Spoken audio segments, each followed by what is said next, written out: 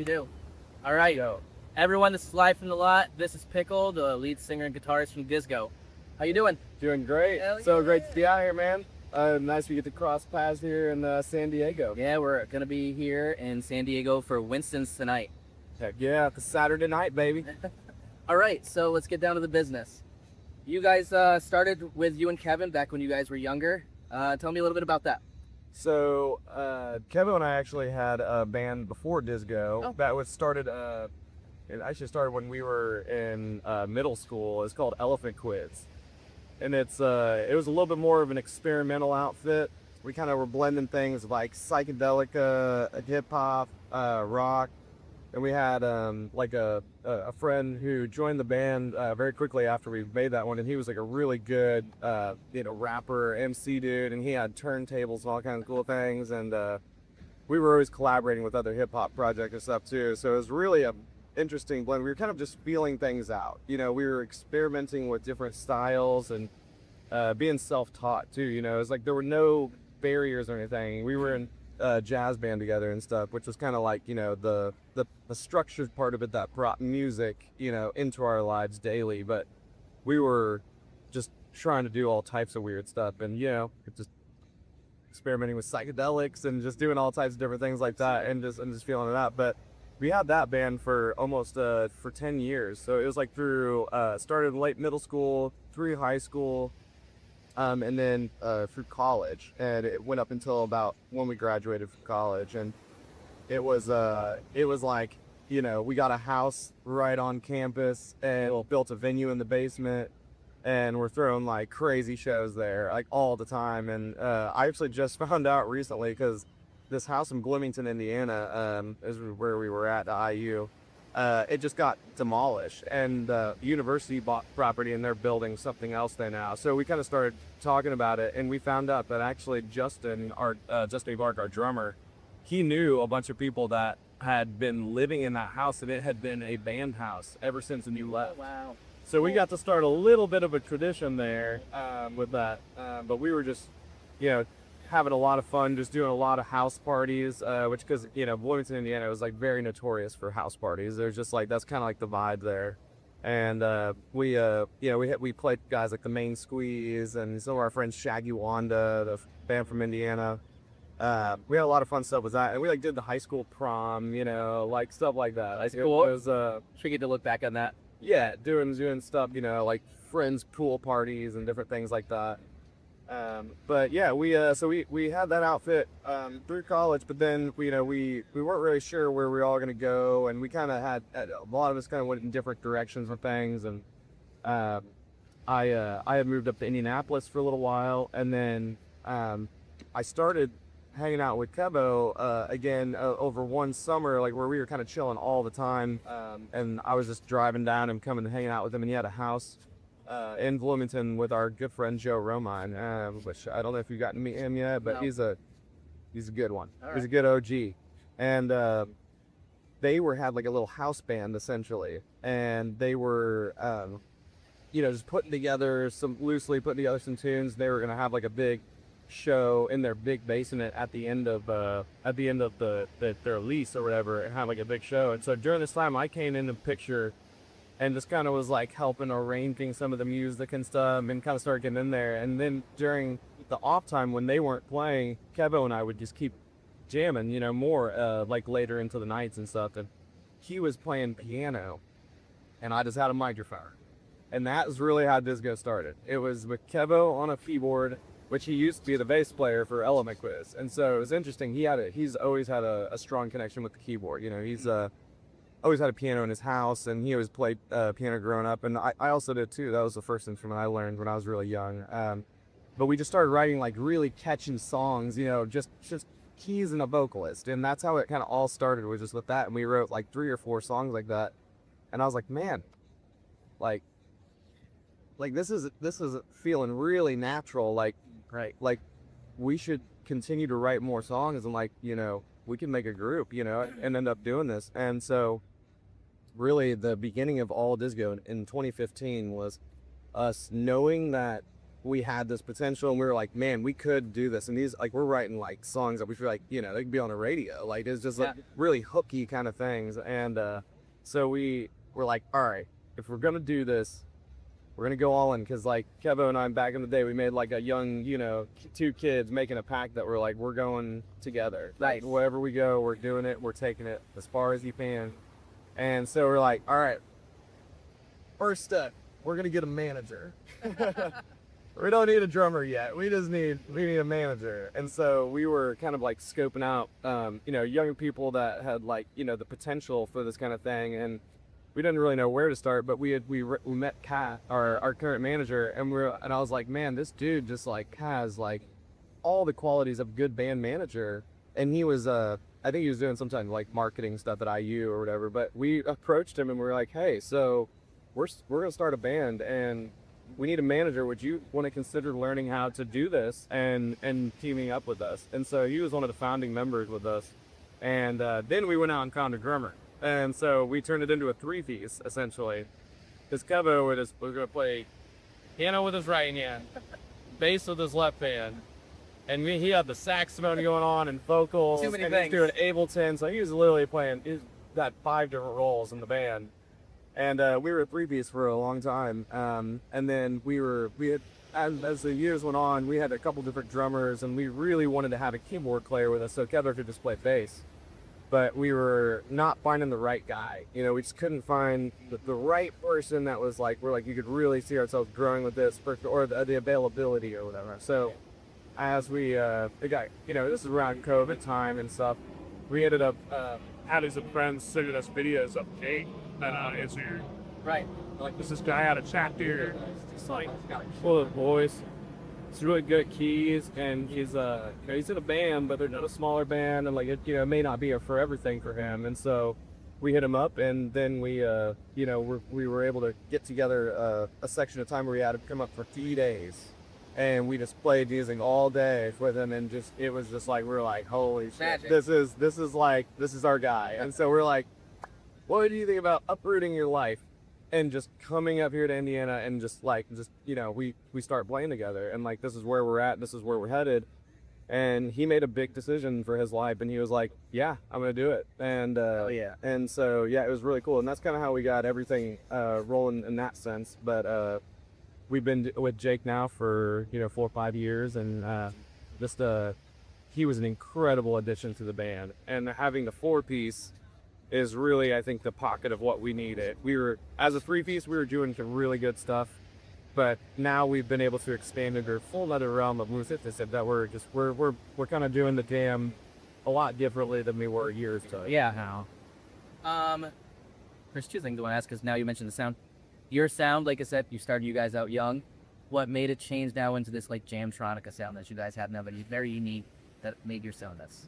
Well, I think we knew that the essence of the live performance was something that we wanted to dig into, you know, and we wanted to create an experience where people could like dance. Oh yeah. And boogie. boogie. And like, we wanted to have, you know, big production. We wanted to have the light shows, you know, the big stages, crazy late nights. And because those were some of the most moving experiences that we had as we were younger, going to festivals and stuff. And it was always those like, Your last moment thing. 2 to 4 a.m., you know, like whatever, Humphreys, you know, all these cool bands, you know, this was the stuff that like really moved us, and we were like, that is cool, you know. And we enjoyed doing some of the kind of blending with electronic stuff as Kevo started getting into Ableton, and that was kind of like what opened the door. And I actually, a funny thing is, just slightly going back to the old beginning of the band, because it's Kevo on keys, me on vocals, but then the band actually started out, I wasn't even playing guitar. Oh no.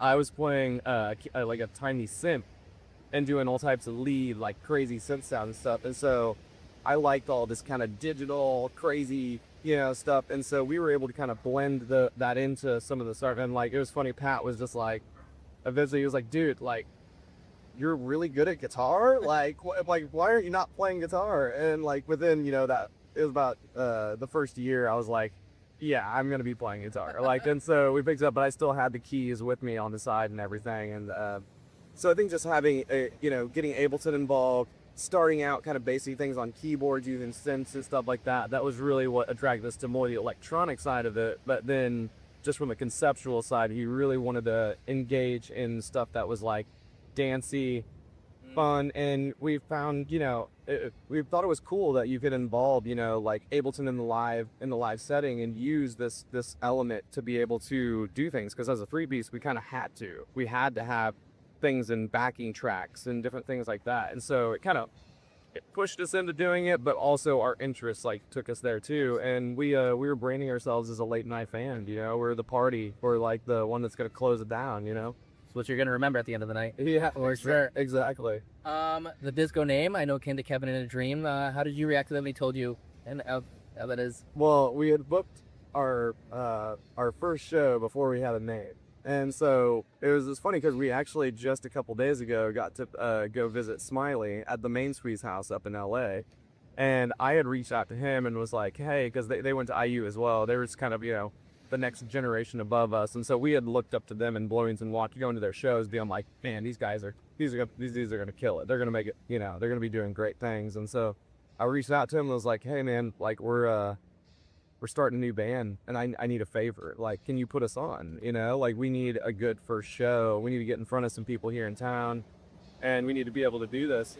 And so we asked him, and he was like, yeah, we have a show in April. And so it was, April of 2016 was when we had our first official like show that was actually like on the books at a venue, and we played with the Main Squeeze. And so before that, leading up to that, we were, when we got the gig, we're like, okay, we need a name. And so we started doing, all types of exercises of running through ideas, just writing everything down. We had like probably 100 different names, that we were trying to, and most of them were just god-awful, terrible. But Kevin said that I think through, honestly, the anxiety and the stress of not having a name, his subconscious mind was thinking about it all the time. And he said in this dream, it was something to the effect of, it was like an interview or something, and they were like, so like, like, what, some question that had to do with your band Dizgo. And he like woke up at some point shortly after that and like remembered that name and didn't know what it was or anything, and just wrote it on like a post-it note next to his bed. And then he hit me up the next day, like, I think I got our name, and I'm like, what is it? He's like, Dizgo. And I was like, well, do you know what it is? Like, is it another band name? Like, what is that word, And he's like, I don't know. I haven't looked at anything. And so we immediately like Google it, and we found a couple of things. There's like a James Taylor album that's called like Dizgo Girl or something, the fourth album. And then there's like a couple of other things that are close to spelling, but it really wasn't anything. We were like, oh, this is cool. We liked having a verb in the word too. Yeah, like one word and then having the go in it gives this kind of mobility and this action to it. So we really like that. And I liked the letter Z. The letter Z being planted right in the middle. There's something just phonetically and just the structure of the word we thought was really strong. And so what really sold it for me though is I put it in the Urban Dictionary, and it said the definition of Dizgo was to be like hip or cool and current with the times. Like, and I was like, shit, that is a no-brainer. Like, this is it. And so yeah, it was like one of those things that it was like, yeah, it just came to him, and it was almost, maybe he had heard it somewhere else, but I don't know how it came into his mind, but it was there, and it was like, it was just meant to be, I think. Nice. You got Exit 59, your new single that's out. Yep. It's on your new album. I know that's getting heavily put into your new the tour, they're going on set list. Yeah, this whole run, we said we were gonna play it every night. That was like the theme. We were like, we try to not do stuff like that, but we're like, on this one, we're gonna promote shit out of it and play it every show on this West Coast run. That's great. The album, do you have like an expected time when it's gonna drop? We're gonna drop it in October. Nice. And so we have a little lull in September where we're taking some time off, just a couple of weeks where Kevin's got his anniversary and a couple birthdays happening and stuff, and so we figured that was our time to kind of dip down a little bit. And then we have a big tour starting in the beginning of October, And so I think it's going to be really good. We're going to be able to just kind of we're going up to the northeast, kind of up into your neck of the woods. Oh yeah, I'll see ya. Hitting all around there. We're starting southeast, but we're doing a bunch of stuff in the northeast. And then we're unexpectedly, we didn't know this was going to happen, but we actually got picked up to go do a run actually out here. We'll be back here in San Diego in October. We're doing a whole 11 show run with pigeons. Oh, And that's so it's gonna be, yeah, I mean, honestly, we've been really working towards building up these markets out here, and it's really hard to make it all the way out here. So we were really looking for some good support that we could do to get us in front of much bigger crowds. And Pigeons is just top of the game, man. They're just killing it. They're so awesome, and they're like playing all the rooms that we are working towards being in. Yeah. You And guys are in the so- same wheelhouse too. Absolutely. Their fans are the best fans too. I mean, like, it's just like, that is like, I hope that we can continue to build into something like what they have going on, because their fans are just committed, they're friendly, they like know how to have a good time. Like, it's just, it's all the right I know, things. I'm- And so I feel honored to be able to do this huge sexy show with them. Sad not to you don't fest. That lineup is Yeah. so good. That's a really good fest. I know. Well, I'm picking you guys in Buffalo and then Fence Post. Yeah, yeah. You guys are True the that. Annie. Yeah, absolutely. But yeah, so we'll be dropping it in October, and then there's a few things that are like still in a little bit of development that I can't really speak on yet. But we don't have an official album release show necessarily. But the first one on that big tour in October will be Terminal West, the plane.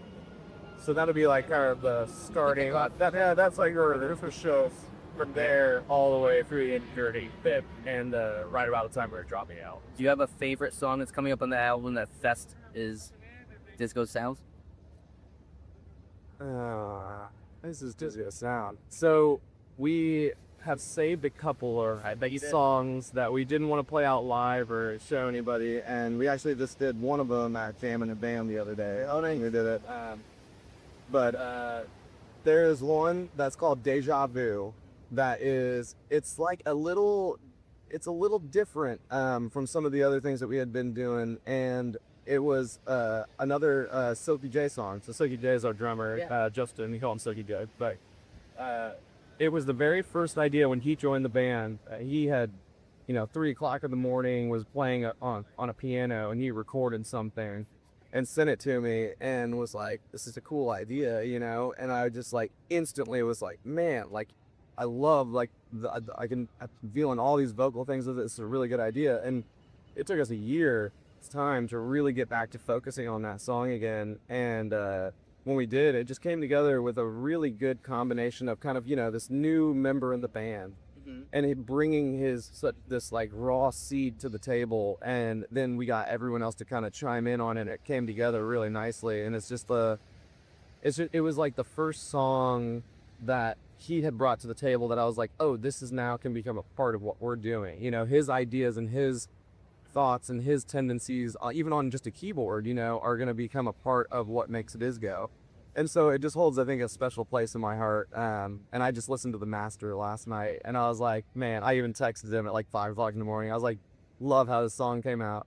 Super cool. Like, let's write 100 more together, let's do it. So yeah, Deja Vu is one that we have that no one's heard yet. Nice. I know we mentioned your tour. What's your most excited place that you're gonna be doing this year? Because you've got a big run coming up. Yeah, we've got all types of big things happening. Man, I mean,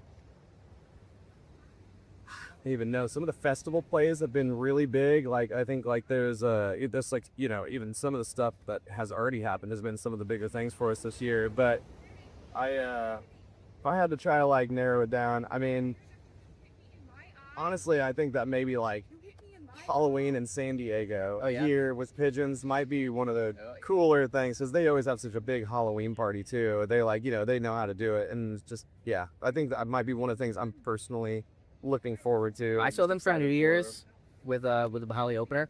Oh, nice. And it was one of the best New Year's Eve shows I've ever seen. Yeah, they know how to throw an event, like, and they're good hosts like that. So for me And you guys- personally, I think that's gonna be cool. Secret Dream's gonna be really good for you guys too. Oh yeah, absolutely. There's so many just really good opportunities. We've been placed into a lot of really good places this year, and just getting all the opportunities. It's like we're just Everywhere. I'm really just so happy that we get to go to all the corners of everywhere, and we're gonna be doing. I guess one thing that I kind of say, kind of not all the way, but I will say that another thing I'm really excited for is we're gonna have a 3-night New Year's Eve run. That was gonna be my next question. So you And- fucking read my mind. Yeah, and I don't know if I can totally. I don't know when this is gonna come out, but I'll just say It's over 3,000 miles. No worries.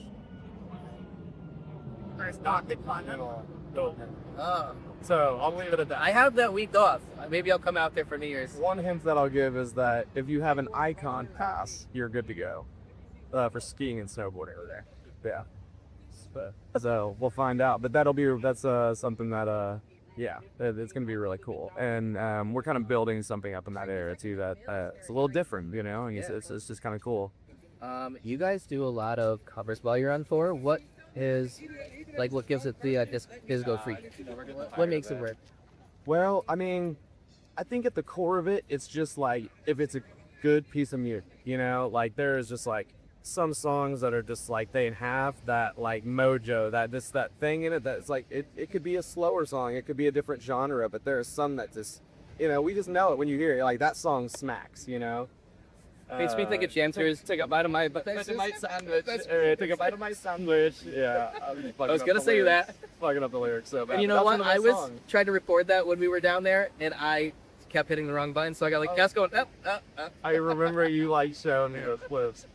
But yeah, I mean, really, I'm also looking for like things that have like really just good like books too, and you know, something that's like those songs that like that little line or that chorus, you know, vocal just gets drilled in your head. Like I'm looking for stuff like that. But there are other ones that, you know, we're trying to find that have just good instrumentation too. Like if there's some that are like kind of laid out to where our makeup of the guitar, bass, drums, keys, but specifically what kind of tones and effects that I have, or you know, things that Jake has that are specific to key things. Like I'm like, ooh, here's a different song that a lot of other people and a lot of other bands may not be able to cover as easily or something, but we can find this, we can hit the pocket there, you know, right. We can do it. So that's maybe something I'm looking for too. But yeah, I personally look for a lot of things that have like the strong vocals, the strong vocal hooks, and sometimes though it is just like, hey, what's something that we could improve on? What's something we could get better at? Or what is, you know, I wish I could like put together an original song that kind of, you know, does something similar to another song. Let's learn it and we'll cover it, we'll play it and try it out. And it always brings us something new. Like we're always learning. You bring something new into the vocabulary, you know, and then it will help you create your own ideas after that too. So I'd say there's multiple motives for why a song gets picked, but number one is just like those songs that just have the magic and then that the smack and like, you know, and that's what's good is we don't have to look at it from a sense of like you genre, which you do it, you know, any kind of genre, any decade, from anywhere, anything, and like, you know, everything from Beastie Boys to Marvin Gaye to, you know, like all this stuff. You've done reggae, absurd, new. Yeah, so oh yeah, totally. I have a strong place for reggae in my heart too. You know, like I've written a lot of reggae songs. I really haven't brought too many of them into the Dizgo world, but just recently we were talking about it. We want to kind of bring some of that in, but we do like to also give each one of us going to have their own personal interests and their own, you know, influences, right? And sometimes it can just be like, I like this song. Okay, you like that song, let's play it. You know, let's play it. And that's cool too, because it brings in something, you know, like it's good to learn the music that you don't know too. So there's a little niche thing that Keva is always like throwing out these like random pop songs. But I'm like, I did not expect you to say it at all. Me and Jackie have been saying, you try to get guys to do Taylor Swift and it's not going to happen. Oh man, I mean, there are multiple things that are in line and they're going to happen. And I will say, T Swift is on the list. Lady Gaga is definitely out there. Yeah, I know Hattie's gonna love that. Hattie is, she's gonna be like, I believe it when I see it.